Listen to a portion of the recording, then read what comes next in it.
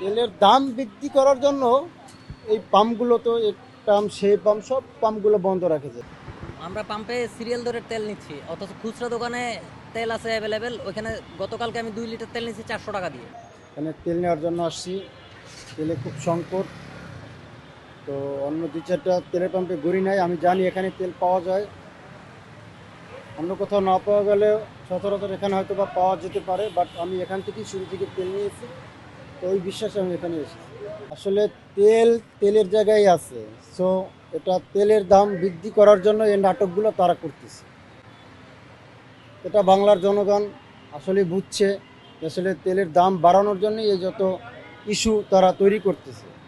সেটা আসলে এখানে আর কিছু বলার নেই।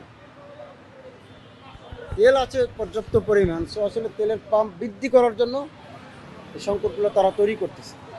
তেলের দাম বৃদ্ধি করার জন্য এই পাম্পগুলো তো এই পাম্প সেই পাম্প সব পাম্পগুলো বন্ধ রেখেছে। যখন মনে করবেন আপনার তেলের দামগুলো বেড়ে যাচ্ছে, প্রত্যেকটা পাম্পে আপনি তেল পাবেন, তখন আর কোনো সংকট থাকবে না। তেল আছে ভাই, কিন্তু হেরা ওই পাম্পওয়ালারা এই সিন্ডিকেট করতেছে তেল বাড়ানোর জন্য। দেখেন না, আমাদের ঘন্টার পর ঘন্টা দাঁড়ায় লাইনে দাঁড়াইতে লাগে। এটা সরকার পদক্ষেপ নিতে হইব। আমরা তেল পাই না, আমরা তারা রাইড করে, তারা তো আমরা প্রতিদিনই তেল নিতে হয়।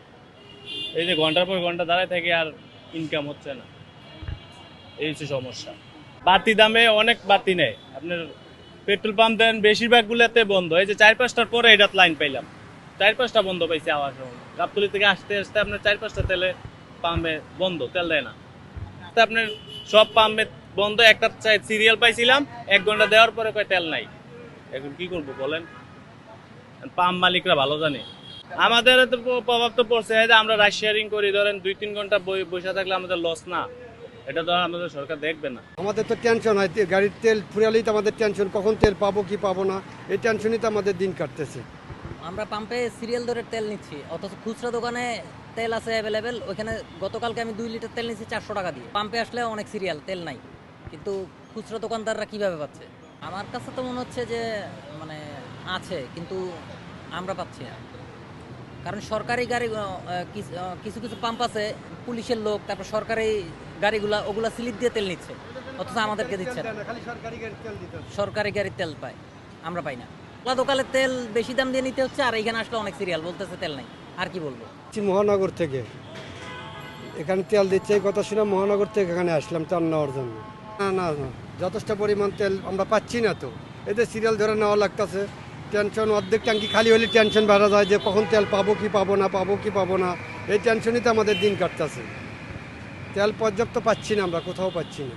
আমি আমার অফিসের প্রয়োজনে আমার তেল লাগে, অফিসে বাইরে যেতে হয়, তো অফিসের যে কাজগুলা সেই কাজগুলা একটু এখনও প্রভাব পড়ে নাই। আশা করতেছি ছুটির জন্য প্রভাব পড়ে নাই, কিন্তু এখন প্রভাব পড়বে, কারণ তেলের একটু সমস্যা। অফিসের যে বাইরের যে কাজগুলা এগুলা মুভ করতে আমাকে যে মানে খরচটা করতে হয়, সেই খরচটার জন্য একটা টাইমিংয়ের ব্যাপার আছে। যেমন আমার অফিস টাইম ছিল 10টায়, তো আজকে একটু লেট করি 11টায়, এখন আমি 1 ঘন্টা মতো। তারপরে এই ধরনের বিভিন্ন সমস্যা। বাড়ি হচ্ছে রামপুরা, হাজিপাড়া। ওখানে ওখানে সকালে পাই নাই, গাড়ি আসার সময় তেল শেষ হয়ে গেছে, মালিবাগ গাড়ি রেখে আসছি। এখন এখানে খোঁজ পাইছি যে একটু তেল দিচ্ছে, তো এখানে আসছি ভাই তেল নেওয়ার জন্য।